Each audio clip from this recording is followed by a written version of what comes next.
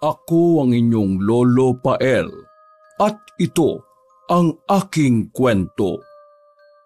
Gabi na nang madaanan sa tapat ng bahay ng kaibigan si Kevin. Agad na napahinto ang minamaneho nitong sasakyan nang mapansin na kaluhod si Aling Rhoda at may kalong na isang babae. Nang mapagsino niya ang nakahandusay na babae sa lupa, ay kaagad niyang inihinto ang sasakyan at mabilis na bumaba. Narinig niyang umiiyak si Aling Rhoda at humihingi ng tulong. Agad siyang napatakbo palapit, gulat at nag-aalala. Anak! Anak, Diyos ko! Tulungan niyo ako! Tulungan niyo ako, mga kapitbahay! Parang awa niyo na! Aling Rhoda! Anong nangyari kay Raya? Bakit ang dami niyang pasa at sugat? Di ko alam, Kevin. Ilang Sabado nang hindi umuwi ang anak ko. Ngayon lang siya muling bumalik. Galing ako sa bayan at pag-uwi ko, nakita ko na lang siyang nakahandusay dito sa harap ng bahay. Diyos ko, anong gagawin ko? Ano nangyari kaya sa kanya? Mukhang masama ang kalagayan niya. Ang mabuti pa ho, dalhin na natin siya sa ospital. Hindi na natin pwedeng patagalin to. Kailangan niya magamot kaagad. Oo, tama ka. Dalhin na natin siya.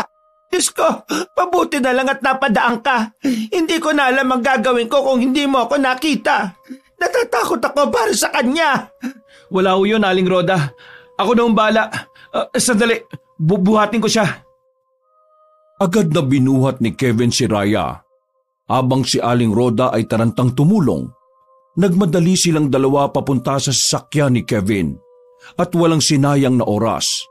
Mabilis siyang pinatakbo ito patungo sa ospital.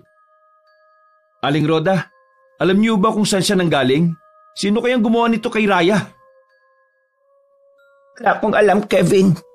Dati naman, laging nagsasabi ang anak ko kung saan siya pupunta. Pero nitong mga nakaraang linggo, parang nag-iba siya. Hindi ko na malaman ang mga kilos niya. Ayoko sanang isipin na may nangyayaring masama sa kanya. Pero, Diyos ko, sino ang pwedeng gumawa nito? Aling Rhoda, kalma lang po. Magiging maayos siya. Dadali natin siya sa ospital at gagawin ng mga doktor ang lahat na makakaya nila para matulungan si Raya. Dinala ni na Kevin at Aling Rhoda ang dalaga sa ospital. Parehong kabado at hindi mapakali. Agad namang dumating ang mga doktor at nurse. Dinala si Raya sa emergency room upang lapatan ng lunas. Si Aling Rhoda labis ang pag-aalala. Walang tigil sa pag-iyak at pagdarasal. Habang si Kevin ay pilit siyang pinapakalma. Huwag ko kayo mag-alala, Aling Rhoda. Magiging maayos din si Raya. Kailangan lang natin magtiwala sa mga doktor. Makalipas ang ilang oras ng paghihintay sa labas ng silid, dumating ang isang nurse upang magbigay ng balita. Sinabi nito na maayos na ang kalagayan ni Raya. Nagamot na ang sugat nito. Kailangan na lamang nito ng pahinga at antayin ang resulta ng ilang laboratories ng dalaga. Nagdesisyon si Aling Rhoda na i-confine na lang ang anak. Malalim na rin kasi ang gabi ng mga oras na yon at baka hindi na rin sila makauwi. Nakahinga naman na maluwag ang ginang sa mga sinabi sa kanya. Pinahid nito ang luha sa kanyang pisngi. Salamat sa Diyos. Salamat. Nurse, may napansin ba kayong kakaiba? May ideya ba kayo kung anong sanhi ng mga sugat niya? Napatingin ang nurse kay Kevin. Kagad nitong sinagot na hindi pa rin nila matukoy ang sanhi ng pinsala. Ngunit base sa kanyang pag-obserba, ay wala namang malalalim na sugat na maaring ikapahamak ng pasyente. Sinabihan nito ang dalawa na kung magising na lang ang dalaga ay kausapin na lang ito upang malaman kung ano talaga ang nangyari. Nagpaalam na ang nurse pagkatapos. Kailangan ko siya makausap. Kailangan malaman ko ang totoo. Sino ang gumawa nito sa kanya? Huwag na po natin isipin ang bagay na yan ngayon, tita. Ang mahalaga po ay okay na si Raya. Teka, kumain na po ba kayo? Ibibili ko po kayo ng makakain sa labas. Ay, wag na, iho. Salamat. Siya nga pala. Baka hinahanap ka na sa inyo, ha? Total okay naman ang anak ko, pwede ka nang umuwi. Ayos lang po ako. Wala po kayong dapat alalahanin. Kung ayos po sa inyo maghihintay po ako dito. Para po may mautos-utusan kayo kung may kailangan. Huwag na po ninyong isipin ang abala sa akin. Gusto ko pong masiguro na maayos na talaga si Raya bago ako umuwi. Sigurado ka ba, iho? Hindi ba nakakahiya sa'yo? Okay lang po talaga. Kaya tanungin ko po kayo ulit. Anong gusto niyong pagkain? Ay, sige na nga. Ikaw nang bahala. Mapilit ka Sige ho. O paano? Labas na po muna ako ha. Napatangon na lamang si Aling Roda, saka pinilit ng ngumiti. Halos maluha siya sa kabaitang ipinapakita ni Kevin sa kanilang mag-ina. Para sa kanya, isa itong hulog ng langit. Parang isang anghel na ipinadala upang tulungan sila sa oras ng kanilang pangangailangan. Batid ng may kapalang hirap at pag-aalala na nararamdaman niya bilang ina. At sa bawat kabutihang ipinapakita ni Kevin, nadarama niyang di pa rin sila pinababayaan ng Diyos. Umalis na si Kevin upang bumili ng pagkain sa labas.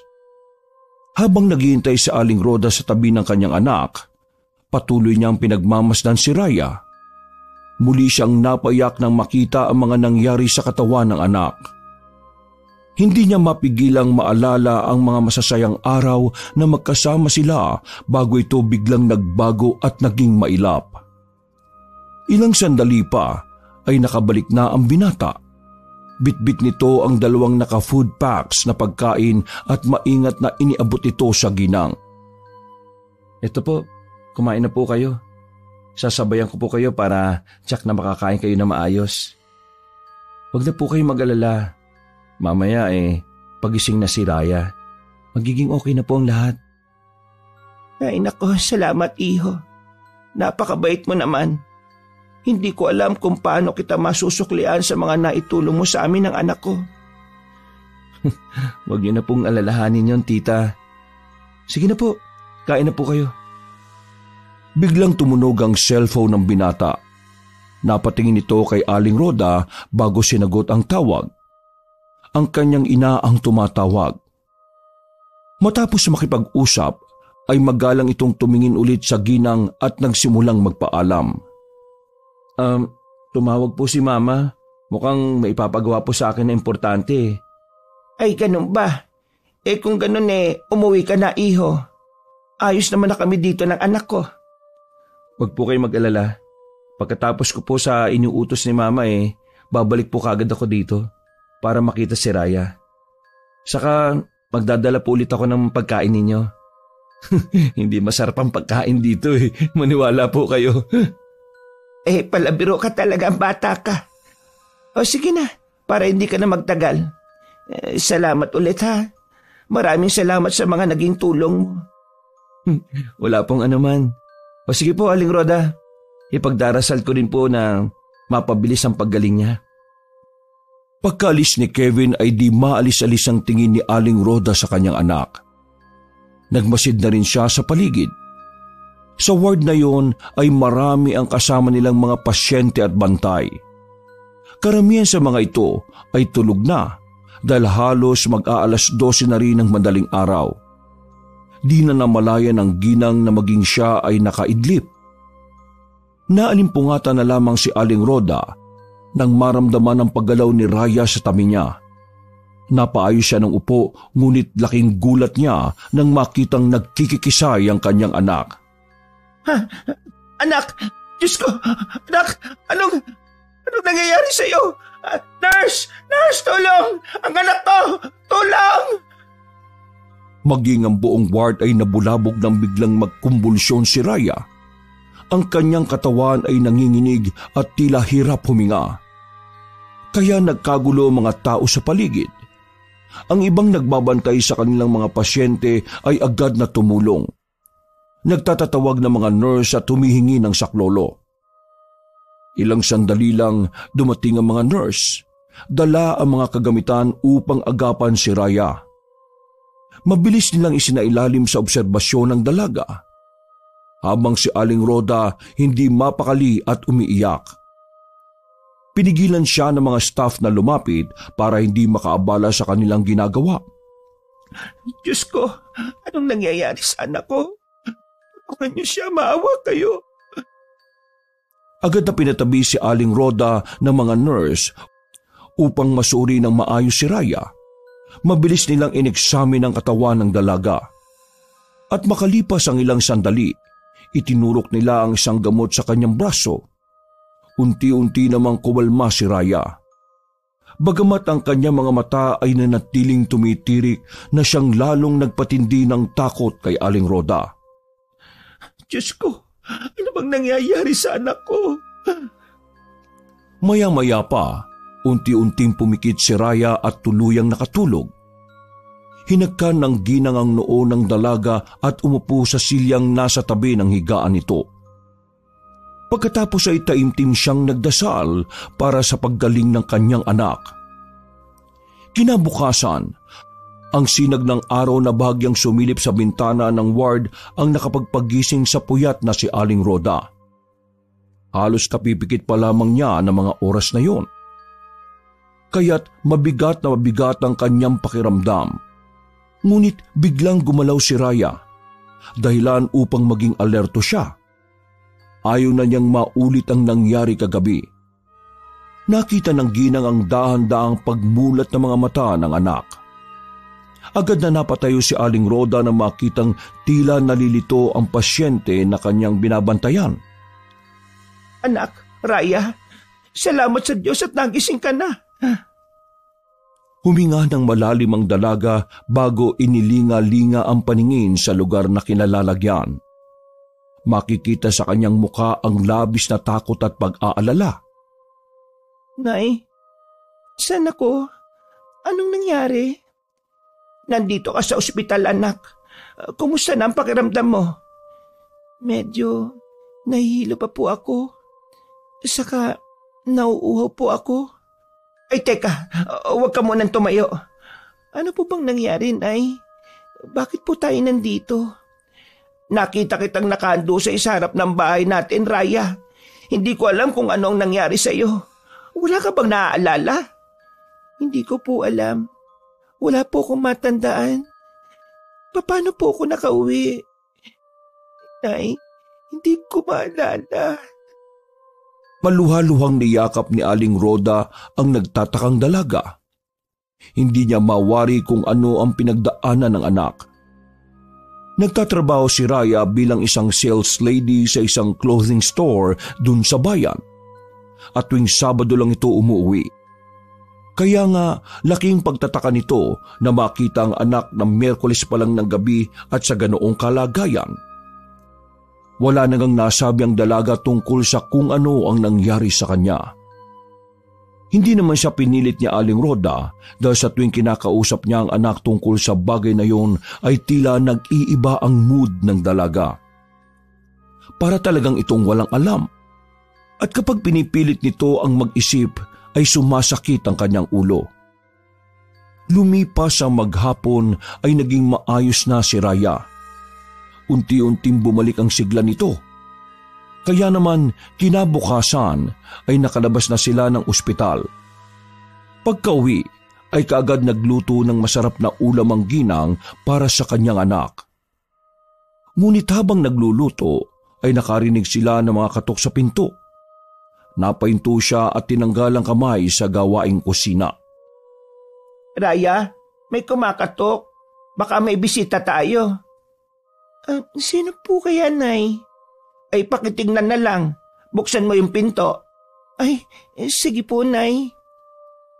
Maya-maya, narinig ni Aling Rhoda ang isang pamilyar na boses ng lalaki. Tila nag-uusap ang anak at ang bisita nito. Napatanaw siya mula sa kusina at nakita si Raya na pinapasok ang lalaki at pinaupo ito sa mahabang kawayang upuan sa sala. Agad niyang kinilala ang lalaking pumasok sa kanilang bahay. Dahan-dahang lumapit siya sa sala at doon niya nakilala na si Kevin ang bisita. ang binata na tumulong sa kanya para madala sa ospital ang kanyang anak. Magandang araw sa iyo, Raya. Mabuti naman at nakauwi na kayo. Oo nga. Siya nga pala, bakit naparito ka? Ibibigay ko lang sana itong mga prutas. Dumaan kasi ako sa ospital pero ang sabi na discharge ka na. Kaya pinili ko na lang nasadyain kayo rito sa bahay nyo para maibigay ito. Ganun ba? Naku, maraming salamat. Nag-abala ka pa. Walang anuman, basta para sa'yo. Kumunot ang noo ni Aling Rhoda sa sinabing yun ni Kevin. Bagamat may dingding na nakaharang sa sala at kusina, ay dinig na dinig pa rin niya ang usapan ng dalawa. Kahit papabulong ang naging tugon ng kanyang anak na si Raya. Maingay. Nasa kusina lang si nanay. Baka mamaya marinig ka niya. Ha? Bakit? Hindi pa ba niya alam? Hindi ko pa nasasabi sa kanya eh. Uy, bakit naman? Raya, hanggang kailan mo idilim sa nanay mo tong relasyon natin? Mag-iisang taon na tayo magnobyo. Hindi tama na patuloy natin siyang paglihiman. Ano ba kasing problema at hindi mo masabi sa kanya ang totoo? Kasi ako na lang inaasahan ni nanay. Natatakot ako na baka mamaya kung anong masabi niya kung malaman niya na may nobyo na ako. Baka isipin niya na iiwan ko siya o hindi ko na maaalagaan. Sino ba kasing nagsabing bawal mo na siyang alagaan? Wala ka naman dapat na ipag-alala. Ganon din ang nanay mo. Isa pa, hindi pa naman tayo magpapakasal at mas lalong hindi naman tayo magsasama sa isang bubong kaagad-agad. Ang gusto ko lang hilingin ay makilala ako ni tita bilang nobyo mo. Yun lang. Kasi gusto na rin kitang ipakilala sa pamilya ko. Basta. Ayaw ko mapagalitan ng nanay ko eh. Raya, mabait ang nanay mo. Maiintindihan ka niya. Sigurado ko. Nasa tamang edad ka na naman. Hindi ka na batang paslit na nakasalalay pa rin ang desisyon sa kanya. Alam kong mahal mo siya. Kaya naman mahalaga na ipaalam mo sa kanya ang totoo tungkol sa atin. Baka masaktan siya eh. Gusto kong maging isang mabuting anak para sa kanya. At sa palagay mo ba, yung paglimo sa kanya ay isang halimbawa ng isang pagiging isang mabuting anak? Sige, pag-iisipan ko. Mabuti naman. Basta, kahit na anong mangyari, andito lang ako para sa'yo. Habang patuloy ang kanilang naging pag-uusap, walang kaide-ideya ang dalawa na alam na ni Aling Rhoda ang lahat. Nagulat ito sa kanyang mga nalaman. Hindi niya inaasahan ang katotohanan sa likod ng ipinapakitang kabutihan ni Kevin sa kanila. Kaya pala ay dahil nobyo ito ng kanyang anak. Hindi naman siya nagagalit dahil si Kevin ang nobyo ng kanyang anak. Ngunit parang piniga ang puso niya sa sakit dahil pakiramdam niya ay walang tiwala sa kanya si Raya. Ipinagpatuloy na niya ang kanyang pagluluto at hinayaan ng dalawa na mag-usap sa sala. Nang matapos ay lumabas siyang bitbit ang isang malaking mangkok na may lamang sinigang na bangus. Napalingon ng dalawa sa kanya. Halata sa kanilang muka ang pagkabahala kaya't upang di mahalata na may alam na siya, ay nginitian niya ang dalawa. Nagkunwari siyang walang narinig at nalaman. Abay, sabi ko na nga ba't si Kevin yung bisita namin eh. Oh, kumusta ka na, iho? Tamang-tama, nagluto ko ng sinigang na bangus. Sumabay ka na sa amin kumain ni Raya. Talaga po? Naku, nakakaya naman po sa inyo pero di ko tatanggihan ang paborito kong pagkain, tita. Ay mabuti naman at napadalaw ka. Opo. Ang totoo po niyan galing po ako sa ospital. Doon ko na po nalaman na na-discharge na po pala itong kaibigan ko. Masaya po kung magaling na siya at nakalabas na po ng ospital. Ay oo, kaninang umaga pa kami nakauwi. Ano ba yung mga dala mo? Ang dami yata niya na. Alam mo, napakabait mo talagang bata ka. Alam mo ba, Raya, na maswerte ka kasi nagkaroon ka ng kaibigan na katulad ni Kevin. Ay, siya nga palang tumulong sa akin para madala ka sa ospital. Naku, salamat Kevin Alam mo Nay, mabait naman talaga itong kaibigan ko na to Maasahan sa lahat ng oras. Kahit noon, dati pa. Ay siya, mabuti pa Ayain mo na lang siya na magpunta sa hapag at doon na tayo kumain ng tanghalian. Maghahanda na ako ha. Oh, narinig mo ang nanay. Bawal tumanggi sa grasya. Lalabo ang mata. Halika na, kain na tayo. Sige, salamat. Dahil sa narinig ay naging mapag-obserba na si Aling Rhoda sa dalawa. Hindi nakaligtas sa kanyang paningin ng mga makahulugang tinginan ni Kevin at ang kanyang anak. Makailang beses na ninais niyang komprontahin ang mga ito, pero pinipigilan niya ang sarili. Mas pinili na lamang niya ang manahimik. Pasya niyang bigyan ng panahon ng anak kung kailan ito aaminin sa kanya ang kanilang sikreto. Samantala, pagkatapos ng tanghalian ay kaagad na nagpaalam ang binata sa mag-ina. Maraming salamat po talaga sa masarap na pananghalian, Aling Rhoda. Grabe, nabusog po ako ng sobra. Ang dami ko pong nakain. Ang sarap Ay talaga ba? Baka naman binibiro mo lang ako ha? Naku, hindi Hindi marunong mambola yan, Nay. O ano, di ba sabi ko naman sa'yo masarap magluto ang nanay ko Oo nga, ang sarap nito. Baka mapabalik ako nito araw-araw dito Ay nako, walang problema iho. Maraming salamat po uli. Bale, mauna na po ako. Kailangan ko pa pong pumasok sa trabaho Ay ganun ba? Oy sige anak, mag-iingat ka ha.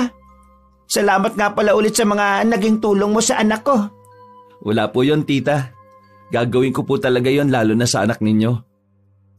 Pinanlakihan ng mata ni Raya si Kevin nang marinig ang huling sinabi nito. Ngunit imbis na bawiin ay isang matamis na ngiti ang isinukli niya sa dalaga bago lumabas ng bahay na mag-ina. Nang makalabas na ng gate ang binata, ay narinig ni Aling Rhoda ang malalim na pagbuntong hininga ng kanyang anak. Bakit anak? May problema ba? Napakalalim naman yata ng hugot mo na yun Si inay kung ano-anong napapansin. O paano po? Doon na po muna ako sa kwarto ko, Nay. Ayos lang po ba? Inantok po kasi ako bigla sige anak, para mas makapagpahinga ka ng mabuti. Sinundan na lamang ng tingin ng ginang ang kanyang anak habang papasok ito sa kanyang kwarto. Sa isip ay binalikan ang mga araw na tila naging mailap ang anak sa kanya. Hindi niya maintindihan kung bakit tila biglang lumayo ang loob ng anak sa kanya.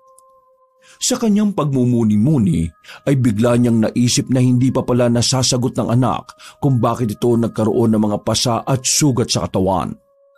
Maski sinasabi na ng dalaga na wala itong matandaan sa mga nangyari, alam niyang may itinatago lamang si Raya sa kanya.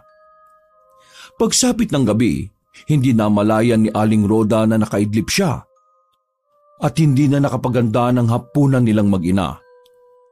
Babangon na sana siya, ngunit nang makitang halos pasado alauna na pala na madaling araw, ay inisip niyang marahil ay kumain na ang anak. Hindi siya nag-alala dahil alam niyang may mga tirang pagkain pa naman mula kaninang tanghalian. Muli na sana siyang babalik sa pagtulog nang bigla siyang nakarinig ng malakas na kalabog sa kanilang bubungan. Ay, ano yun? Diyos ko po, may tao ba sa bubong? Napulunok ang ginang. Nakiramdam siya sa paligid. Nang marinig ang marahang mga yapak sa bubong, ay doon na siya nakaramdam ng panlalamig. Nakatitig siya sa kisame na tila inaanalisa ang tunog na naririnig. At sino namang siraulong aakyat ng bubong sa ganitong oras ng gabi? Nakarinig si Aling Rhoda ng mahinang tunog ng uwak mula sa labas. Agad gumapang ang kilabot sa kanyang katawan mula ulo hanggang paa. Tumahimik ang paligid pagkalipas ng ilang sandali. Patuloy pa ring nakikiramdam ang ginang. Maya-maya ay nagsimula ng umalulong ang mga aso sa paligid. Mas nagdulot yun ng mas matinding takot at pagkabalisa. Huminga siya ng malalim at sinubukang palakasin ang kanyang loob. palakas ng palakas sa mga alulong. Parang pakiramdam ni Aling Rhoda ay nasa malapit lang ang mga aso. Labis ang kanyang pagtataka dahil simulat sa pool ay hindi naman sila nag-aalaga ng aso. Ngunit may umaalulong na aso sa kanilang bakuran. Upang makasiguro ay dahan-dahang tumayo si Aling Rhoda at lumapit sa bintana. Bahagyan niyang binuksan ito upang masilip ang nangyayari sa labas. Ingat na ingat siyang sumilip. Sa ilalim ng malamlam na liwanag ng buwan, nakita niya ang isang malaking asong itim. Naroon ito sa tapat ng kanilang bahay at nakatingin sa itaas ng bubong. Umaalulong ito ng mabababa at mahaba. Parang may ibig ipaiwatig. Hindi maintindihan ni Aling Rhoda ang sarili, ngunit nagsimula ng manginig ang kanyang katawan. Hindi na napigilan ng ginang ang takot. Iniatras niya ang ulo palayo sa siwang ng bintana. Nanatili siyang nakatayo doon at nakikiramdam kung ano pa ang maaaring mangyari. Hindi ko maintindihan. Saan galing ang asong yon? Nakarinig muli ng isang malakas na kalabog si Aling Rhoda mula sa kwarto ng anak. Agad na bumundol ang malakas na kaba sa kanyang dibdib. Nakarinig siya ng mas malakas, mas nakakatakot na mga alulong. Muli siyang sumilip sa bintana at doon niya nakita na naging dalawa na ang aso na umaalulong sa harap ng kanilang bahay. Ilang sandali pa ay sabay na tumakbo ang mga ito palayo sa kanilang bahay. Nung tumahimik na ang paligid, ay mabilis na tinungo na ni Aling Rhoda ang kwarto ng kanyang anak. Raya, anak, gising ka pa ba? Pwede mo bang buksan ang pinto? Anak! Raya! Raya! Nakailang malalakas na katukna ang ginang sa pinto ay wala pa ring tugon mula sa anak. Nagmamadali siyang bumalik sa kanyang kwarto para kunin ang isang duplicate na susi. Nang makuha ito, ay kaagad niyang binuksan ang kwarto ni Raya. Nagpapanik na si Aling Rhoda. Nagmamadali siyang lumapit sa kama ng anak. Ngunit hindi niya nakita si Raya. Naglakad-lakad siya sa loob ng silid at umaasang baka nasa isang sulok lang ang kanyang hinahanap. Iniisip na baka nagtatago o kaya naman ay nagbibiro lang. Bigla siyang napaiyak nang mapagtantong wala talaga sa silid si Raya. Napansin niya ang mga kalat sa kama. Gumulong ito sa gilid at mukhang nagmamadaling umalis si Raya. Lumakas ang pagtibok ng kanyang puso lalo na nang makita niyang bukas ang bintana sa kwarto ng kanyang anak. Lumapit ang ginang doon at napansin niyang may mga kalmot sa bintana. Biglang nanghina ang pakiramdam ni Aling Rhoda. Napatras ito at napaupo sa kama. Nanginginig ang kanyang katawan sa isiping baka may kumuha sa kanyang anak nang hindi niya namamalayan. Inisip niya ring baka masamang pangitay ng mga asong umaalulong sa kanilang bakuran. Lumalalim na ang gabi at ang kapaligiran ay tahimik na tahimik. Ngunit ang loob ng isang ina ay sumisigaw, hinahanap si Raya. Paulit-ulit nitong tinatanong sa isip kung ano ba talaga ang nangyayari. Diyos ko, Raya, anak! Asan ka na naman ba? Raya! Hindi na alam ni Aling Rhoda kung ilang oras o minuto siyang nakatulala sa kawalan. Ang nakapagpabalik lamang ng kanyang diwa ay nang marinig niya ang kalansing ng baso sa kusina. Raya? Mabilis siyang tumayo, tinungo ang kusina at doon nga niya nakita ang anak na nakaupo sa pagkainan at umiinom ng tubig. Saan ka ba nanggaling? Kanina pa kita hinahanap pa. Bakit niyo naman ako hanapin? Okay lang po kayo, inay? Ikaw ang dapat kong tanongin yan, Raya. Galing ako sa kwarto mo. Wala ka doon. Andito lang po ako sa kusina, kumain. Hindi po kasi ako nakapagapunan eh. Nagutom ako, nay. Eh bakit hindi ka sumasagot? Kanina pa kita tinatawag. Imposibleng hindi mo naman marinig yung mga tawag ko sa iyo. Po? Wala naman po akong naririnig eh. Yung bintana sa kwarto mo, bakit sira? Anong nangyari doon? Kumunot ang noon ni Raya. Mabilis itong tumayo at pumasok sa kanyang silid. Nakita niyang totoo nga ang sinasabi ng ina. Napansin din niya ang mga kalmot sa bintana. Nanlaki ang kanyang mga mata at napatingin sa kanyang ina. Kumurap-kurap pa ito bago nagsalita. Ito, Nay. Bakit nasira ang bintana ko? Abay, ewan ko sa iyo. Kaya nga tinatanong kita kanina, di ba? Naku po, hindi na po ito may sara o. Nasira na nga. Nakasarado naman po ito kanina bago ako lumabas ng kwarto ko. Sigurado ka ba sa mga sinasabi mo sa akin, Raya? Huwag kang gumagawa ng kwento, ha? Huwag na huwag mo kong pagsisinungalingan. Hindi naman po ako nagsisinungaling Sino bang may gusto magsinungaling? Sa palagay niyo ba akong sisira nito? Oy, Raya! Bakit ka nagagalit nagtatanong lang naman ako? Sorry po. Ay naka, doon na muna tayo sa kwarto ko matulog. Hindi natin alam kung ano o sino ang may gawa nito. Mas mainam na masiguro natin ang kaligtasan mo. Bukas ipapaayos ko yan kay Mang Alping. Sige po, Nay. Kinaumagahan ay maagang nagwalis si Aling Roda sa kanilang bakuran. Saktong nasa may kalsada siya ay napadaan sa harap niya si Aling Mameng. Si Aling Mameng ay ang pinakamatanda sa kanilang lugar. Sa kabila ng katandaan nito ay nagagawa pa rin itong maglakad-lakad sa baryo. Madalas ay pinababayaan lamang ito ng kanyang mga kapamilya dahil umuuwi rin naman ito sa kanila matapos ng paglalakad. Kagad na binati ni Aling Roda matanda. Nay, bakit napakaaga mo naman yatang rumonda ngayong araw? Hindi mo kasama ang apo mo sa paglalakad? Ay, hindi nakasama, Ineng.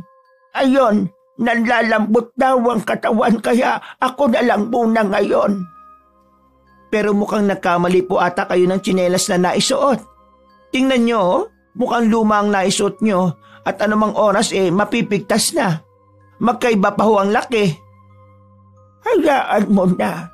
Sa totoo lang mas gusto ko nga sana na wag nang magsapi ng paa. Kaso yung mga anak ko, ayaw nila. Nagagalit sila sa akin. Kumain na po ba kayo? Biglang tumahimik ang matanda. Nang sundan ni Aling Roda ang tingin nito, ay nakita niyang nakatitig ito sa kanilang bintana kung saan naroon ang kanyang anak na si Raya. Nakakunot ang noo na matanda at seryosong-seryoso. Agad niyang napansin ang pag-antanda ng krus na matanda at ang mahinang pagbulong nito. Nakita niya ang takot sa mga mata ng matandang kausap. Ayos lang ho kayo, Aling Mami? Iha, mag-iingat ka. Hindi ka ligtas sa bahay na yan. Itinuro na matanda ang bahay nila. Mainit na mainit pa rin ang tingin na ipinupukol na matanda.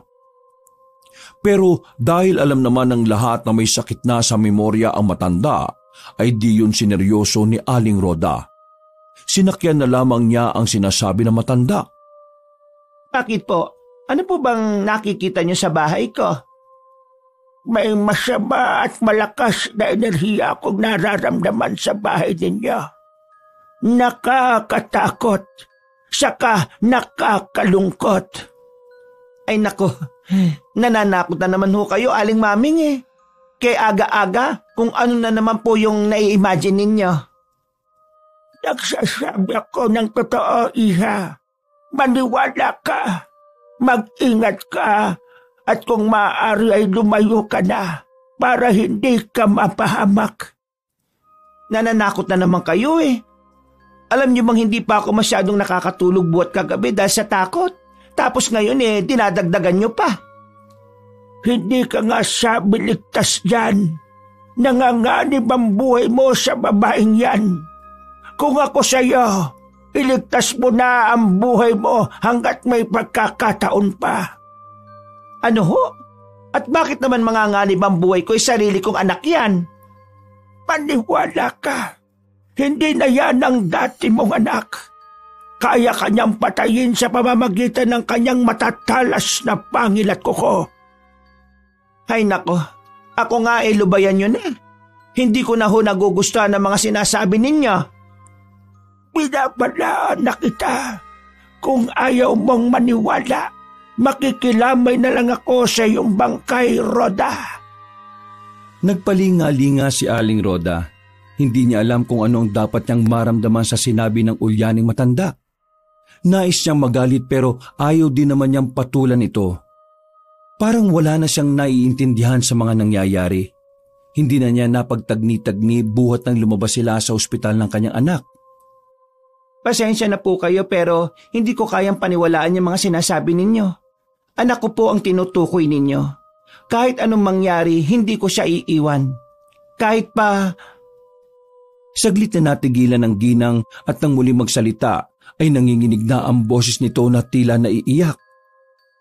Kahit sino o ano pa siya tulad ng sinasabi nyo. Huminga ng malalim si Lola Maming at lumapit kay Aling Rhoda. Halos ibulong na lang nito ang kanyang mga babala. Huling pakiusap ko na ito. Iligtas mo ang sarili mo. Kung hahayaan mong manatili ka sa ilalim ng iisang bubong kasama siya, hindi magtatagal, kukunin niya ang buhay mo. Hindi mo alam kung ano ang kayang gawin ng nilalang na yan ngayon. Matakot ka para sa sarili mong buhay. Muling natigilan si Aling Rhoda pero matapang niyang tiningnan ng mata sa mata ang matanda at pinilit na maging matatag sa kabila ng umuusbong na takot sa kanyang dibdib. Mabuti pa ho umuwi ka na, Lola Maming. Baka hinahanap ka na po ng mga kapamilya mo. Nag-aalala na ho ang mga yun sa inyo. Sige na, umuwi na ho kayo. Yan na ikinakasama ko ng loob sa iyo Inililigtas na nga kita. Itinataboy mo pa ako. Sige, bahala ka kung yan ang gusto mo. Basta sinabi ko sa iyo na hindi na yan ang dati mong anak. Kaya kanyang patayin. Unti-unti nang humakbang palayo ang matanda. Naiwan si Aling Rhoda at natulala. Hindi niya lubusang maintindihan kung bakit ganun ang mga sinabi na matanda. Nanatili siyang nakatayo sa labas ng kanyang bahay. Pabalik-balik sa kanyang isipan ang huling sinabi na matanda. Maya-maya ay nagdesisyon siyang pumasok na sa bahay. Agad niyang napansin ang katahimikan ng paligid. Wala na sa may bintana ang anak kaya't sinilip niya ito sa silid. Tiningnan kung naroon ito, ngunit wala doon ang kanyang anak. Nilingon niya ang sirang bintana na hanggang sa mga oras na yon ay nakatingwangwang pa rin. Pumasok siya at nilapitan yon. Naroon pa rin ang mga bakas ng kalmot. Sinubukan niyang maging kalmado. Maraan siyang upo sa kama ng anak. Ang mga kamay niya ay maigpit na nakakapit sa kutsyon. Bagya pa siyang nagulat nang biglang umikot ang siradura ng pinto at pumasok ang kanyang anak. Napatitig siya dito. Mabagal ang hakbang nito at ang mga matay napansin niyang parang malalalim. Doon lang niya napansin ang malaking pagbabago sa ikinikilos ng anak. Hindi na ito ang anak niya na masayahin at palangiti. Ang mga titig nito sa kanya ay parang malamig at parang walang buhay. Nay, anong nangyayari sa inyo? Ayos lang po ba kayo? Saan ka galing? Kinakabahan ako sa iyo. May problema ba? Ba't biglang-bigla ka na lang nawawala? Biglang ngumisi si Raya. Isang klase ng ngisi na sa pakiramdam ni Aling Rhoda ay nakakatakot na hindi kailanman niya nakita sa anak nun. Dahan-dahan itong lumapit sa kanya. Galing lang po ako sa banyo. Siguro naman tama lang na di ako nagpaalam na doon ako pupunta o kung ano ang gagawin ko doon, di ba ho? Oo, pasensya ka na. Okay lang po ba talaga kayo, Nay? May sakit ka ba? Magsabi lang kayo ha, kung may nararamdaman kang masakit. Ayos lang ako, anak. Mga anong oras po ba pupunta si Mang Alping dito sa bahay natin para ayusin yung bintana?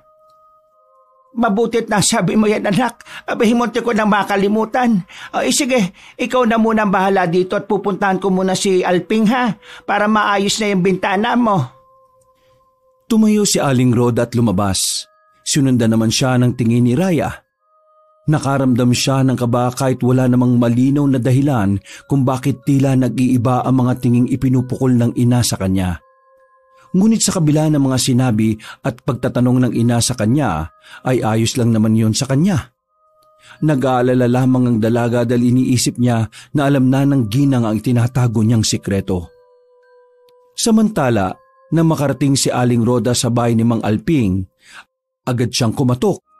Ilang saglit lang ay bumukas na ang pinto at sumilip si Mang Alping. Roda, may problema pa? Si Mang Alping ay isang matandang karpintero na namumuhay na mag-isa sa kanyang munting kubo. Meron siyang dating anak na dalaga, isang masiyahin at magandang babae na siyang tanging naging liwanag ng buhay niya. Kilala si Lina sa barangay bilang masipag, mabait at may malasakit sa lahat. Matulungin din ito lalo na sa kanilang mga kapitbahay, lalo na sa matatanda. Palagi rin palangiti. Ngunit isang taon na ang nakalilipas, nagulantang ang buong barangay nang pumutok ang balitang nagpakamatay ang dalaga. Walang nakakaalam ng tunay na dahilan. Para kay Mang Alping ay isang misteryo ang biglang pagkawala ng anak. Marami ang nagtataka at nagdalamhati sapagat walang palatang daang may pinagdaraanan si Lina. Masaya naman ito palagi sa lahat ng kanyang ginagawa. Simula nang mamatay ang nag-iisang anak ay naging tahimik si Mang Alping. Hindi na ito gaanong nakikipag-usap sa tao. Madalas nakakausap na lamang ito kapag tungkol sa trabaho. Madalas nakikita siyang nakatanaw sa malayo na parang nag-iisip ng malalim. Alping, buti naman at naabutan kita rito. May gagawin ka ba? Wala naman, bakit? May papagawa ka ba? Meron po. Ipapagawa ko sana yung bintana sa kwarto ng anak ko. Nasira kasi saka parang bumigay. Kaya po kayang maayos yun bago sumapit ang gabi? Abay sakto. Wala naman akong gagawin ngayong araw at naghahanap nga ako ng makukumpon eh. Tamang-tama may maiulam na ako galing sa iuupa mo. Nako wag na po ninyong alalahanin ng pananghalian at hapunan po ninyo. Ako na po ang bahala, Mang Alping. Magluluto ako ng masarap na pagkain para sa inyo. Ay dako, salamat kung ganon. Tara na ho sa bahay at nang makita niyo yung bintana. Tumikim ang matanda at kinuha ang kanyang lumang toolkit. Ay sige, tara na at nang makita ko kung anong problema. Habang sila'y naglalakad papunta sa bahay nila Aling Roda, ay biglang naitanong ni Mang Alping kung kumusta na si Raya. Medyo kumunot ang noon ni Roda sa narinig sa matanda. Hindi kasi siya sanay na magkakaroon ng interes sa matanda na kumustahin ang kanyang dalaga. Madalang na kasi akong di napapasyal sa bahay din niya. Kumusta na ang anak mo? Mukhang ilang araw ko na siyang hindi nakikita sa labas Ewan ko ba? Malaki nang ipinagbago ng batang yon. Napatingin si Mang Alping sa kanyang kausap. Bantayan mo ang anak mo, Roda, ha? Siguro naman ayaw mong magaya siya sa naging kapalaran ng anak ko, di ba? Ang mga kabataan ngayon mapupusok kung ano-ano na lang ang naiisip na gawin. Hindi na umimig si Aling Roda sa tinurang yon na matanda. Bagkos ay nagpatuloy na lang ito sa paglalakad. Ayaw niyang gatungan na matanda, lalo na't alam niya na masakit pa rin dito ang nangyari kay Lina. Pagdating nila sa bahay ay naabutan nilang nakahiga sa upuang kawayan si Raya at kasalukuyang nagbabasa ng aklat. Nakasuot ito ng sweater maski maalinsangan. Agad na sinamahan ni Roda si Mang Alping sa kwarto ng kanyang anak. At doon ay tumambad ang sirang bintana na nakalaylay ang ilang piraso ng kahoy. Mukhang malaki-laki ang sira dito Ano pa nangyari dito, Roda? Dahil ba sa hangin? Tila sinira ng kung ano ito Lumapit ito sa bintana. Sinipat ang paligid at sinimulan ng magkumpuni. Maya-maya ay biglang may humintong sasakyan sa harap ng bahay nila Aling Roda. Agad na nakilala ng ginang kung sino ang bagong dating. Walang iba kundi si Kevin. Magandang araw po, Tita Roda. Kevin, ikaw pala. Magandang araw din sa'yo. May kailangan ka ba? Gusto ko lang po sanang kumustahin si Raya. Gusto ko pong siguraduhin na okay lang siya. Halika, pasok ka. Nasa sala siya. Puntahan mo na lang ha. Mukhang hinihintay ka rin niya. Sige po, Tita. Maraming salamat po. Pumasok si Kevin sa bahay at naglakad papunta sa sala kung saan nandoon si Raya. Mukhang nagkakamabutihan ang anak mo at yung inaanak kong si Kevin Inaanak mo palang binatang yon? Hindi ko alam na may koneksyon pala kayo.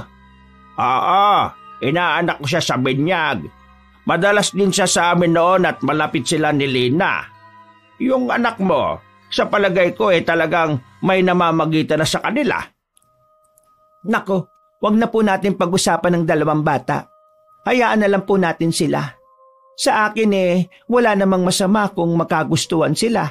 Binata naman si Kevin at mabait kaya wala akong masasabi. Yun ang akala mo. Ano ho yun? Wala. Ipinagpatuloy na ni Mang Alping ang ginagawa niyang bintana. Samantala, naririnig nila sa loob ng silid ang masayang kwentuhan ng dalawang kabataan mula sa sala. Tahimik naman at seryoso na sa kanyang ginagawa ang matandang lalaki. Sa pagtalikod ni Aling Roda para kumuha ng merienda, ay hindi na niya napansin ang isang mapait na ngiti na pinakawalan ni Mang Alping. Kung alam mo lang kung anong klaseng tao yung inilalapit mo sa anak mo. Ay, nako. Pagkalipas ng ilang sandali ay natapos na rin sa wakas si Mang Alping sa kanyang ginagawa. Mas mabilis kaysa sa inaasahan. Lumabas na siya ng kwarto at mupo sa harap ni Raya at Kevin. Tumahimik naman ang dalawa at halatang di komportable sa presensya na matanda. Kumusta ka na, Raya? Nabalitaan ko ang nangyari sa iyo Ano bang naging sakit mo, iha? Hindi naman po malubha. Sabi po ng doktor na sobrahan lang po sa pagod. Kagad napansin ni Kevin na tila umiba ang itsura ni Mang Alping sa mga oras na yon. Para siyang namalikmata nang makita ang reaksyon nito at ang matatalim nitong titig kay Raya. Naayos mo na pala ang bintana, Mang Alping. Siya nga pala. Baka pwedeng maghintay ka na lamang ng kaunti at maluluto na rin ang ulam. Kain na muna tayo bago ka umuwi, ha? Ay nako, wag ka na mag-abala, Roda. Ayos na ako. Ako na lamang ang magluluto ng pagkain ko mamaya. Sigurado ka ba? Oo! Kailangan ko na rin palang umuwi kagad kasi baka mamaya may maghanap sa akin sa bahay. Ay ganun ho ba? Di kung yan ang pasya ninyo, ayos lang naman ho. Eto pong bayad ko. Maraming salamat po, ha? Ay salamat, Roda. Kahit papano makakatulong ito. Dagdag kita rin. Kailangan ko talagang umuwi kagad. Pasensya na. Baka may dumating na magpapaayos din ng bubong o ano man doon sa amin. Inabot ni Aling Roda ang perang bayad kay Mang Alping. Nako, walang anuman po. Maraming salamat rin sa inyo. Kung hindi dahil sa inyo, hindi maayos kagad ang bintana ni Raya. Sige po, ingat po kayo sa pag-uwi. Habang paalis si Mang Alping ay tumigil pa ito sa labas ng bakuran at saglit na nilingon ang bahay ni na Aling Roda. Natitigilan ito na parabang may naisabihin ngunit binaliwala na lang. Sa halip, naglakad ito ng tahimik at tila may kung anong malalim na iniisip. Samantala, bumalik si Aling Roda sa loob ng bahay at nagtungo na sa sala kung saan naroroon pa rin sina Kevin at Raya. Masayang nag-uusap, pero sa kabila ng ngiti ni Raya, napansin ni Aling Roda ang kakaibang lungkot sa mga mata ng kanyang anak. Pagkatapos nilang mananghalian, ay nagpaalam na rin si Kevin at siya namang pag-aya ni Aling Roda sa kanyang anak para mamalengke. Pwede mo ba ako samahan, anak? Pwedeng kayo na lang po, Nay. Bakit? Masama bang pakiramdam mo? Hindi naman po, kaso... Yun naman pala eh. Di samahan mo na ako. Ayaw kong maiwan ka dito sa bahay. Hindi ako mapapakal eh. Alam mo naman na kagagaling mo lang sa ospital at nagkaroon ka ng sugat noon kaya ayaw kong ikompromiso ang kaligtasan mo. Sana maintindihan mo ko, anak. Sige po, sasama na po kita. Napilitan siyang tumayo, kahit halatang may pag-aalinlangan pa rin. Habang naglalakad palabas ng bahay, hindi maiwasan ni Aling Rhoda na mapansin ang pagiging tahimik at tila balisa ni Raya. Wala itong imik at panay ang iwas ng tingin, na parabang may kinatatakutan o iniisip na mabigat. Sumakay sila ng tricycle papuntang palengke. Pagdating nila sa bukana ng palengke, agad na napansin ni Aling Rhoda ang pag-aalumpihit ng kanyang anak. Palinga-linga si Raya. Halatang may iniisip o iniiwasan. Raya, anak, bakit? May problema ba? Nay, pwede ba? Sa kabila na lang tayo dumaan. Doon sa may isdaan banda. Ayoko rito eh. Oy, bakit naman? Mas okay nga rito kasi hindi malansa. Puro rekado, bawang, sibuyas, kalamansi. At tingnan mo, tuyo pa ang sahig. Sa isdaan, basa at madulas. Kung ganon, dito na lang po ako. Haantayin ko na lang kayo dito. Napabuntong hininga si Aling Rhoda.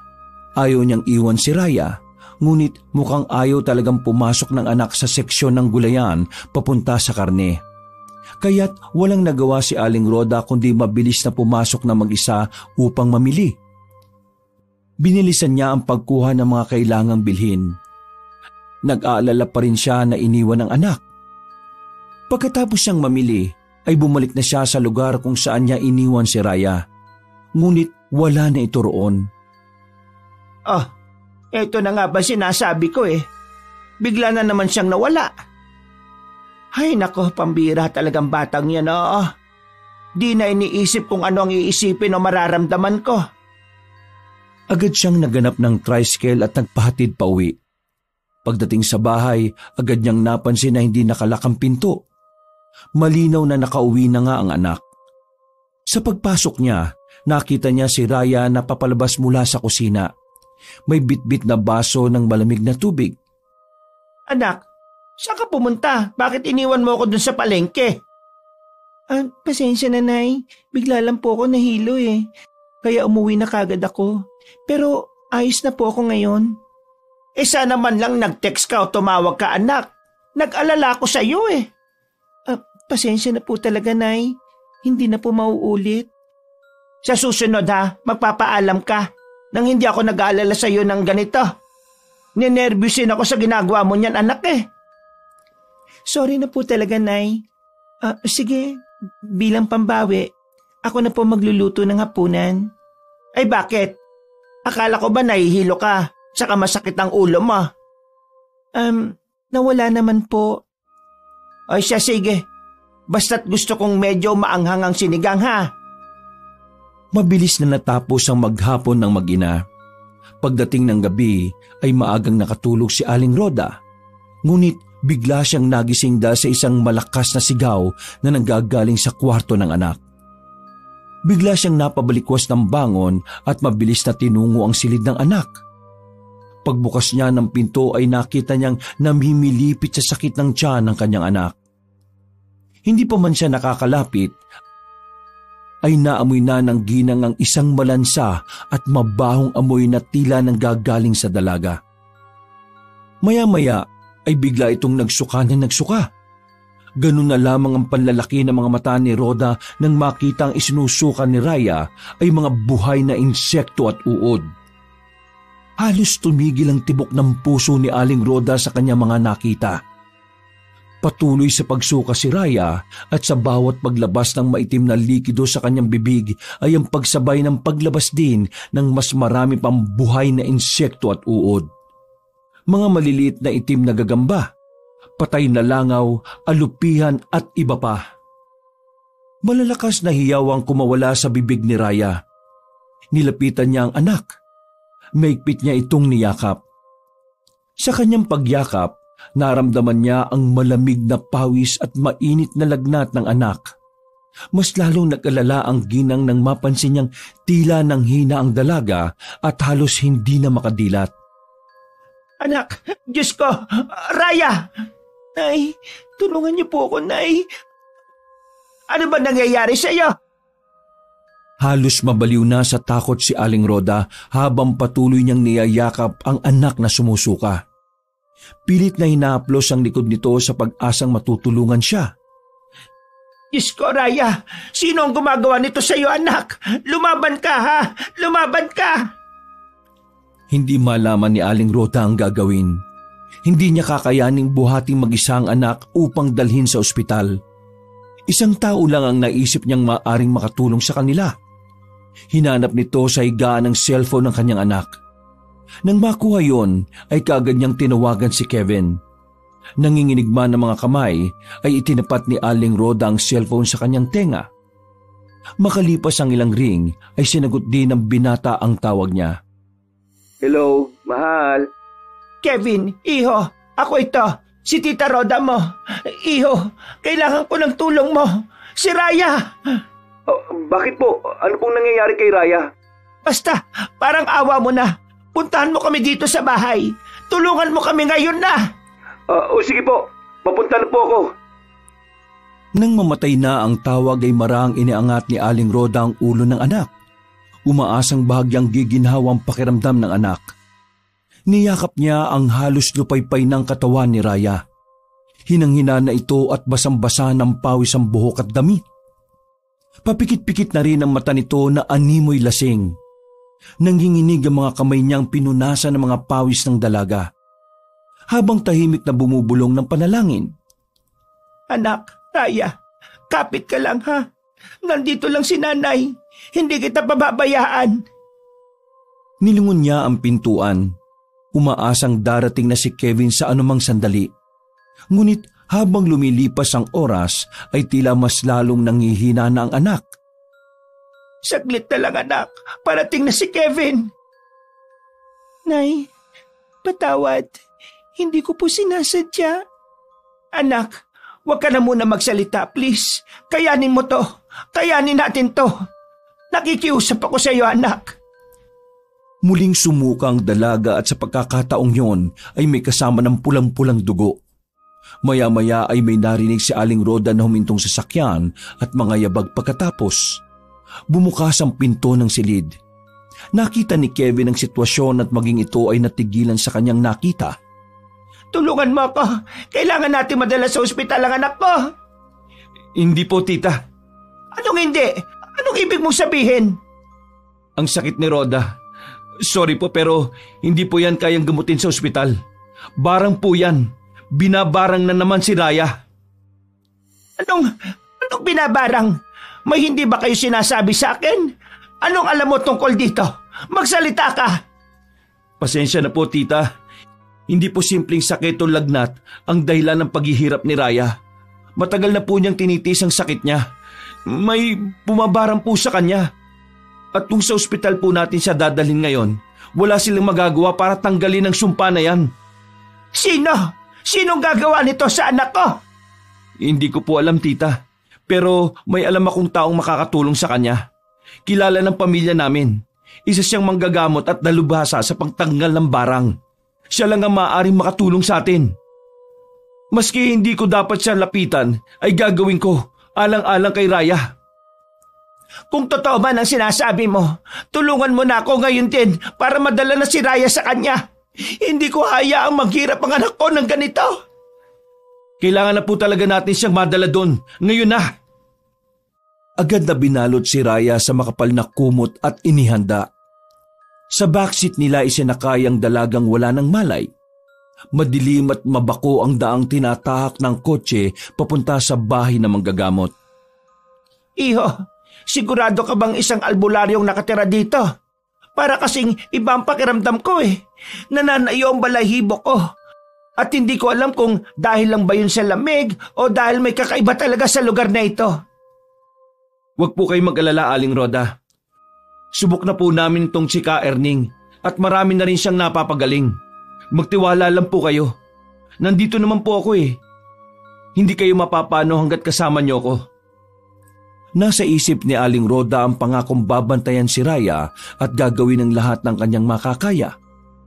Nang makarating sila sa liblib na baryo, tinahak nila ang makitid na daan patungo sa maliit na kubo ni Ka Erning. Sa loob, may naamoy ng mga halamang gamot at naroroon na matandang nag-aabang. Tila ba alam na ang pagdating nila. Agad na sinalubong sila na matanda. Ka Erning, pwede po bang dito na lamang sa labas mo gamutin si Raya? Agad na tiningnan ni Ka Erning ang buhat ni Kevin. Napansin kaagad ng binata ang masamang tingin nito sa karga niyang walang malay na dalaga. Sige, dalhin mo na lang siya dito sa balkon at ihiga sa upo ang kawayan. Papasok lang ako sa loob para kunin ang aking mga gamit. Salamat po. Pagbukas ng pinto ng kubo ay bagyang napasilip si Aling Rhoda sa loob ng kubo. Amoy halamang gamot ang loob ng kubo. May mga tuyong dahon na nakasabit sa mga dingding. May mga tangkay ng halamang gamot at mga anting-anting. Mukhang matindi ang barang na inilagay sa babaeng ito. Isang malubang sumpa galing sa puwersang itim. Tulungan niyo po siya. Nagmamakawa ako sa inyo. Ano't ako ang iyong naisip na puntahan? Akala ko ba'y isinumpa na ako ng pamilya mo? Saka na lang po natin yung pag-usapan. Gusto ko pong mailigtas si Raya. Huwag ka mag-alala. Gagawin ko ang lahat para mailigtas ang babaeng ito. Agad na tinipon ni Ka Erning ang mga kailangang gamit, mga halamang gamot, uling at langis ng nyog. Naglagay siya ng apoy sa gitna ng balkonahe at nagsimula ng ritual. Dahan-dahang pinausukan si Raya ng usok mula sa mga sinusunog na halamang gamot. Patuloy sa pagbigkas ng dasal at orasyon mula sa lumang wika ang albularyo. Habang isinasagawa yon, ay nagsimulang manginig ang katawan ni Raya. Nagsimulang magsilabasan sa kanyang bibig ang mga insekto at gumapang pababa ng sahig. Nagpatuloy ang ritual. Nakikita niyo ba ang mga insektong yan? Galing yan sa mambabarang na nagpadala sa kanya ng sumpa.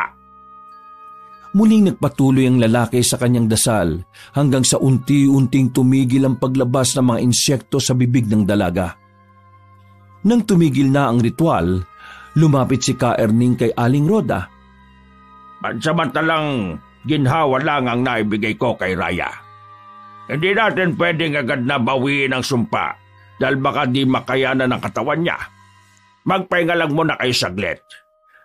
Mamaya ay itutuloy natin ang ritual para tuluyan ang makawala siya sa sumpa ng barang.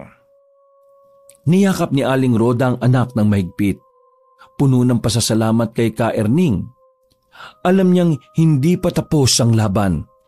Ngunit may pag-asa na siyang gagaling ang anak at lalaban sila sa sinumang gustong manakit kay Raya. Pwede ba kitang makausap sandali, Kevin? Opo. Ano pong pag-uusapan natin? Bagyang lumayo ang dalawa sa mag-ina. Agad napansin ni Aling Rhoda na seryoso ang mukha ng albularyo at ni Kevin habang nag-uusap. Ngunit hindi na lang nila yon binigyan ng pansin dahil abala siya sa pagpupunas ng basang bimpo sa mukha ng anak. Nag-aalala pa rin siya sa kalagayan nito dahil hindi pa ito nagkakamalay. Ngunit kahit ganoon ay nagtitiwala naman siya sa sinabi sa kanya ng albularyo na maayos na ang kanyang anak. Samantala, may bahid naman ng galit ang tono ng boses ng albularyo habang kinakausap si Kevin. Hindi lang barang ang nasa katawan ng babaeng yon, Kevin. Anong ginawa niya? Magsabi ka sa akin ng totoo. Papa? Umiwas ako sa pamilya natin, lalo na sa pamilya ng mama mo. Kasi ayaw kong maging kalaban kayo. Pero alam kong may ginawa ka, anak, na hindi maganda sa babaeng ito. Sabihin mo sa akin at baka sakaling matulungan ko pa siya. Akala po kasi namin matutulungan ko siya sa pamamagitan nun pa. Hinawaan ko siya sa pagiging aswang. Sinasabi ko na nga ba eh. Mali ang pamamaraan na ginawa ninyo, anak.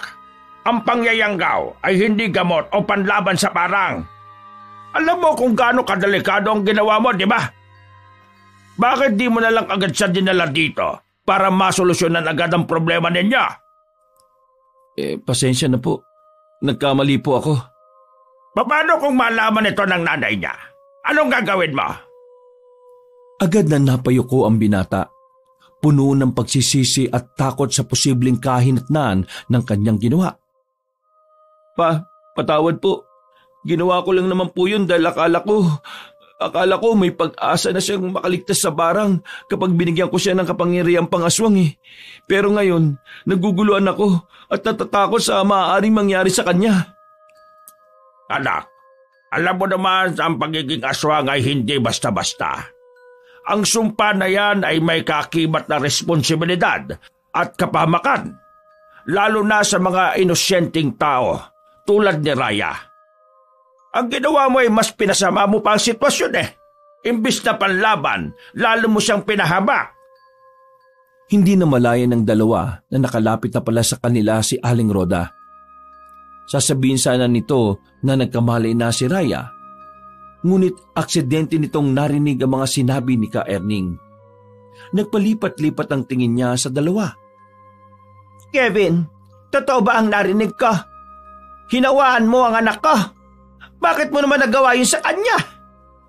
Tita, pasensya na po ah. Ako po may gawa nun. Ginawa ko lang po yun dahil mahal ko si Raya. Gusto ko siyang iligtas. Pero mali pala ang ginawa ko. Hayop ka! Akala ko mabait ka! Isa ka palang demonyo na nagkukubli sa isang maamong muka! Uminahan po kayo. Nagkakamali po kayo. Hindi po ako isang demonyo. Pakiusap! Pakinggan niyo po ako! Hindi po ako masamang aswang! Yung gabing nasira yung bintana ng anak ko. Tapos may nakita kong 2 malalaking aso. Kami po yun ni Raya. Tita, sinadya ko pong ilayo siya sa inyo ng gabing yon. Kasi ayaw ko pong mapahama kayo eh. Bagong yanggaw lang si Raya. Kaya baka hindi niya makontrol ang sarili niya at masaktan niya ako. Ayaw ko pong mangyari yun kasi alam ko kung gaano kayo kahalaga sa akin.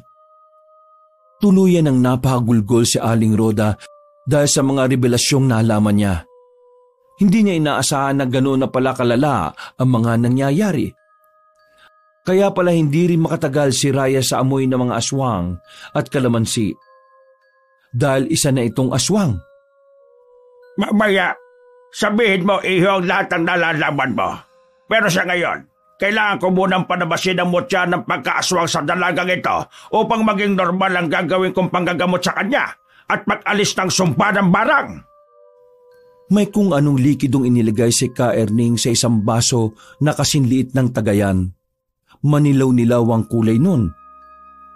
Hinawakan niya ang maliit na baso gamit ang kanyang 2 kamay at umusal ng orasyon. Pagkatapos ay ipinainom niya ito sa dalaga. Nang maubos na ang laman noon ay nagsimula siyang dumukwang at magsuka. Napakabaho at napakalansa ng suka niya na animoy burak. Nay, tulong! Ang sakit po ng tiyan ko, Nay! Ang init po, pakiusap! Tulungan niyo ako! Natural lang ang nararamdaman mong init at sakit sa sikmura mo, iha. Dahil pinapatay ng likidong ipinainom ko sa'yo ang mutya ng pagkaswang. Konti na lang, mahal. Pakiusap, lumabang ka. Kakayanin mo yan. Alang-alang sa aming mga nagmamahal sa'yo. Raya, labanan mong sakit. Pero Kevin, masyado nang... Sumuka ng napakaraming itim na likido si Raya hanggang sa may lumabas na puting bagay na nababalot ng dugo. Napatango-tango si Ka Erning at agad na binalot ng itim na tela ang bagay na yon saka pinisa gamit ang martilyo. Ngayong nailabas na ng dalagang ito ang mutya, kailangan na nating alamin kung sino kumukulam sa kanya. Kailangan kong gawin ang pagtatawas. Roda, bihisan mo ang iyong anak. Kailangan ko ng damit na pinagrumihan niya. Binihisan nga ni Aling Roda si Raya ng isang malinis na damit at ibinigay ang maruming damit kay Ka Erning. Isinausaw ng lalaki ang maruming damit nito sa plangganitang may tubig, saka ito piniga. Kumuha ito ng kandila at pumutol ng maliit sa ilalim noon, saka sinindihan sa ibabaw. Inilagay niya sa isang kutsara ang kaputol at isinalang yon sa kandilang may sindi. Nang matunaw na, ay marahan niya yung inilagay sa tubig na may pinagpigaan ng damit ni Raya. Umusal siya ng orasyon at ilang saglit lang ay humulma na at tumigas ang tinunaw na kandilang inilagay niya kanina. Kinuha niya yon at iniangat sa liwanag. Ano pong nakikita niyo? Isang matandang lalaki. Sino ang matandang lalaki na yan? Isang ama na matagal nang naghihinagpis sa kanyang anak. Hindi. Posible po bang si Ninong Alping? Ano? Si Alping? Pero bakit naman niya gagawin yon? Anong kasalanan ng anak ko sa kanya? Tumahimik kaya. Kailangan kong pasanibin sa katawan ng babaeng ito ang kaluluwa ni Alping. Muling umusal ng malakas na orasyon ng albularyo at sa isang iglap, biglang nagbago ang aura ng dalaga. Naging matalim ang mga titig nito. Inisa-isa ang mga taong naroroon. Kayong alam niyo na kung sino ang bumabarang sa dalagang ito. Kailangan nating alisin ang sumpa ng barang sa kanya. Kakayanin ba ng konsensya niyo na ibalik sa mambabarang ang ginawa niya kay Raya? Kung yun ang kinakailangan para makaligtas ang anak ko, gawin niyo. Ayaw kong mawala sa akin ang nag-iisa kong anak. Kung ganon, kailangan na nating isagawa ang ritual ng pagbabalik ng barang. Marahil ngayon ay naghahanda na ang mambabarang upang palakasin ang sumpa niya sa dalagang ito. Kaya bago niya pa magawa yon, ay kailangan na natin siyang maunahan. Iho, pakilagay ang 2 bangko rito. Sige po. Eto po. Pinaupo ni Ka Erning si Raya at sa tapat naman ito ay umupo siya. May kung anong idinikit si Ka Erning sa hinliliit ni Raya. Dahilan upang mapahiyaw ito ng malakas. Buisit! Aray! Alisin mo yan! Bakit mo namang ginawa to sa bata, pare? Huwag kang makialam ngayong hayop ka. Matagal na tayong nagsaulian ng kandila kaya huwag mo na akong tawagin kumpare. Hayop ka! Tigilan mo na ang pakikialam! Alping, alisin mo na ang ibinigay mong sumpa sa dalaga. Wala naman siyang kasalanan sa iyo, di ba? Makonsensya ka naman maski kaunti. Wala kang alam! Manahimik ka! Muling idiniin ni Ka Erning ang bagay na nakadikit sa daliri ng dalaga. Dahil doon ay muling sumigaw ang sumaping mambabarang na parang nasasaktan ng todo. Kung pa ba ang walang ya? Baka sarili mo tinutukoy mo. Wala ka talagang kadala-dala, no? At bakit sa palagay mo ba'y magtatagumpay ka? Papatayin ko ang dalagang ito. Kailangan ko siyang patayin para matahimik na ako at mabigyan na ng hustisya ang pagkamatay ng anak ka. Hustisya? Bakit kailangan si Raya ang maging kabayaran sa pagpapakamatay ng anak ninyo, Ninong? Pakiusap! Mag-usap tayo na maayos! Walang kasalanan dito si Raya! Isa ka ba? Wala kang kwentang lalaki! Alam mong minahal ka ng anak ko pero anong ginawa mo? Ipinagpalit mo siya sa babaeng ito! Kaya siya nagpakamatay. Sa lahat ng babaeng pwede mong ipulit sa anak ko, ay ang pinakamatalik pa niyang kaibigan talaga ang napili mo. Hayop ka! Pagkatapos ni Raya, ikaw ang isusunod ko! Alping, nakikiusap ako. Huwag mong saktan ang anak ko. Nag-iisa na lang siya na kasama ko. Nakikiusap ako. Asensya na, pero wala na akong pakialam sa ibang tao. Isa lang ang gusto ko. Mabigyan na katarungan ng pagkamatay ng anak ko. Habang abala sa pag-uusap ang dalawa, ay walang kalam-alam si Mang Alping sa ginagawa ni Ka Erning. Tinalian na matandang albularyong katawan ng dalaga gamit ang isang itim na panali. Saka umusal ng isang orasyon na matanda at maya-maya pa ay naramdaman na ni Mang Alping ang sakit sa buong katawan niya. Aska, hindi ba? Ngayon, subukan mong makawala sa ginawa ko. Dahil kung hindi ka na kailanman makakabalik sa katawang lupa mo. Radyo ka! Magbabayad ka! Kapag nakawala ko rito, papahirapan kita hanggang sa ikaw na mismo ang kumitil sa sarili mong buhay! Kung magagawa mo yan, Alping. Kevin, iho, puntahan mo ngayon ang bahay ng walang hiyang ito. Ilabas mo ang katawan niya, pagkatapos ay sunugin mo ang lahat ng makikita mong mga gamit niya sa pambabarang. Ito lang ang paraan para makawala si Raya sa sumpa niya. Dahil kapag hindi mo nagawa at nakawala si Alfonso, bago pa man matupok ang mga gamit niya sa itim na gawain, mamamatay ang pinakamamahal mong si Raya. Kaya bilisan mo! Hindi po ako makakapayag. Kailangan pong pagbayaran ni Ninong Alping ang lahat ng kasalanan niya. Lagpas 1 oras nang nagkakakawag at sumusubok na makawala sa katawan ni Raya na sinapian ni Mang Alping. Ngunit talagang maigpit ang ginawang pagkakatali rito ni Ka Erning. Sinigurado na talaga na matandang albularyo na matibay ang panali niya na sinamahan pa ng orasyon, kaya naman bumalik ng nakangiti si Kevin. Nagawa ko na ho. Ang katawan ni Ninong nasa kotse. Magaling, iha. Dalhin mo dito ang katawan niya. Ibabalik ko na ang kaluluwa niya sa katawan niya. Maingat na binuhat ni Kevin ang katawan ng matanda at inilapit yon sa kanyang ama. Ipinagtabi nila si Raya at ang mambabarang na puno ng malalakas na hiyawang kapaligiran ng kubo. Mabuti na lamang at nag-iisa lang yon sa lugar at wala silang naiistorbong tao. Ilang sandali pa, lumupaypay ang katawan ni Raya habang si Mang Alping naman ay napadilat at napaangat ng tingin. Matagumpay na naibalik ni Ka Erning ang kaluluwa ni Mang Alping sa katawan nito. Anak, Diyos ko, Ka Erning, ayos lang po ba ang anak ko? Magiging maayos na si Raya maya-maya lang. Nawalan lang siya ng malay dahil naubos ang enerhiya niya sa ginawang pagsapi sa kanya. Kevin, iho, kalagan mo na si Raya at ihiga sa papag. Kailangan niyang magpahinga at makabawi ng lakas. Kumuha ka ng malinis na bimpo at basahin mo. Rhoda, ikaw ang magpuna sa anak mo. Wisit ka! Hadlang ka talaga sa mga plano ko! Hindi mo ko kaya, Alping. Kaya manahimik ka na kung gusto mo pang mabuhay. Habang nagsasagutan ng dalawa, ay nagkaroon na ng malay si Raya.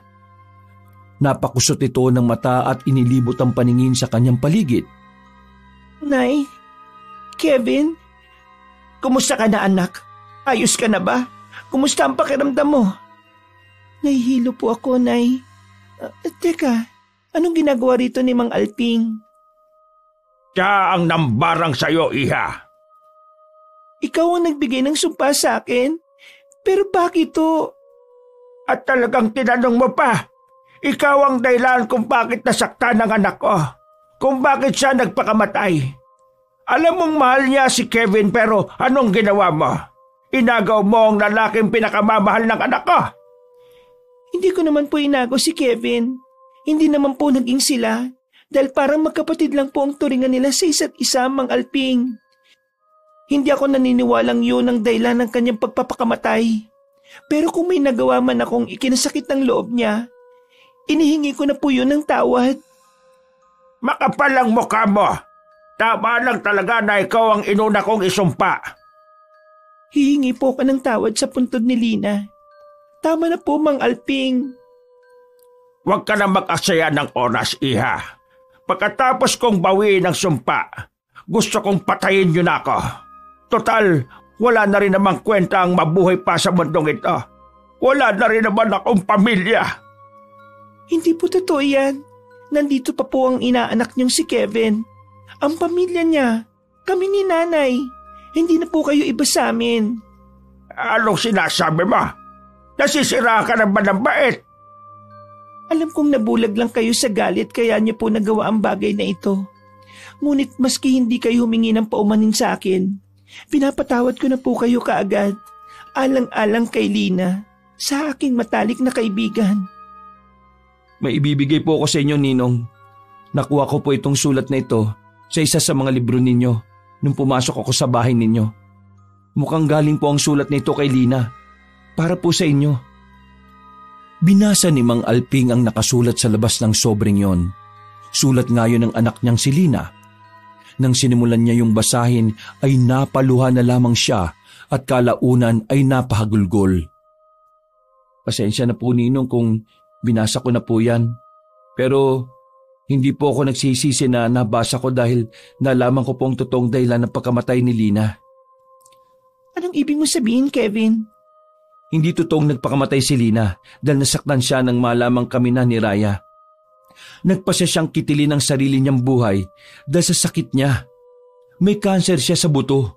Stage 4. Hindi niya yun sinabi kay Ninong Alping dahil alam niyang mahirap lang sila at walang kakayahang maipagamot pa siya.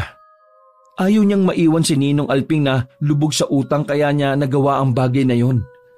Alam niya kasing may taning na ang buhay niya at alam niya ring hindi papayag si Ninong na sumuko na lang. Lina, anak ko, patawad. Kevin, kalaganan natin si Alping.